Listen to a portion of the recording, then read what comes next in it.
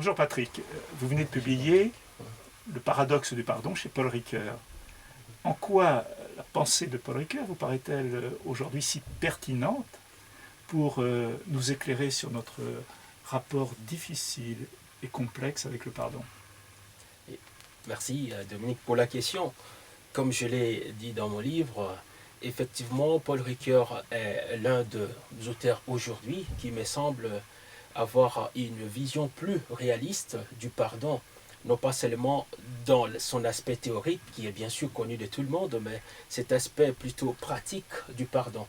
Et du coup, moi je le trouve très pertinent dans la mesure où il présente le pardon, et c'est ce que je dis dans mon livre, comme un paradoxe, à la fois banal et profond, parce que tout le monde peut dire pardon, mais en même temps c'est difficile dans la pratique, et à la fois difficile, mais pas impossible, et c'est ce que je dis dans mon livre, et ça nous permet de comprendre que le pardon reste un processus qu'il faut aborder avec rigueur, avec méthode, et surtout avec bonne foi. Vous consacrez dans votre livre tout un développement sur ce débat si actuel du pardon à l'épreuve de l'impardonnable.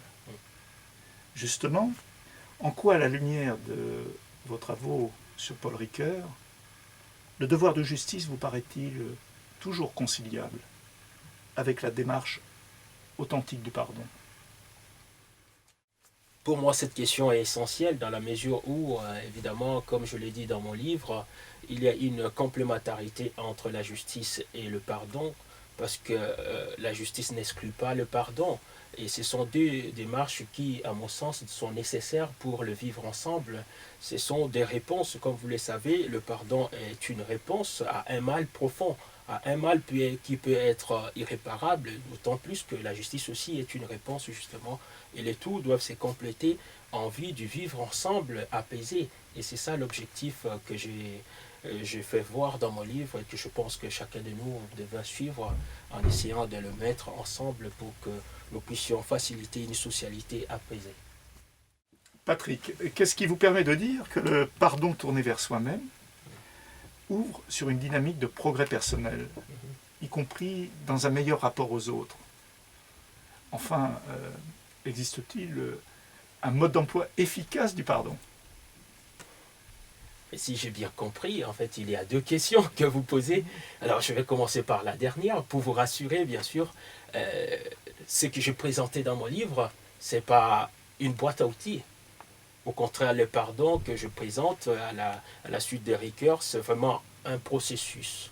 Et un processus qui a justement sa méthode, qui a une façon de procéder, mais qui peut être efficace selon que le protagoniste du pardon se mette en marche dans ce processus du pardon. La deuxième réalité, c'est qu'aujourd'hui, et à la lumière de ce que j'ai dit dans mon livre, justement, je trouve incompatible que quelqu'un qui n'a pas l'estime de soi, dans le sens ricoeurien du terme, quelqu'un qui se mésestime, soit capable de s'ouvrir dans une sorte d'altérité positive, l'altérité positive au sens du pardon qui est donné à l'autre.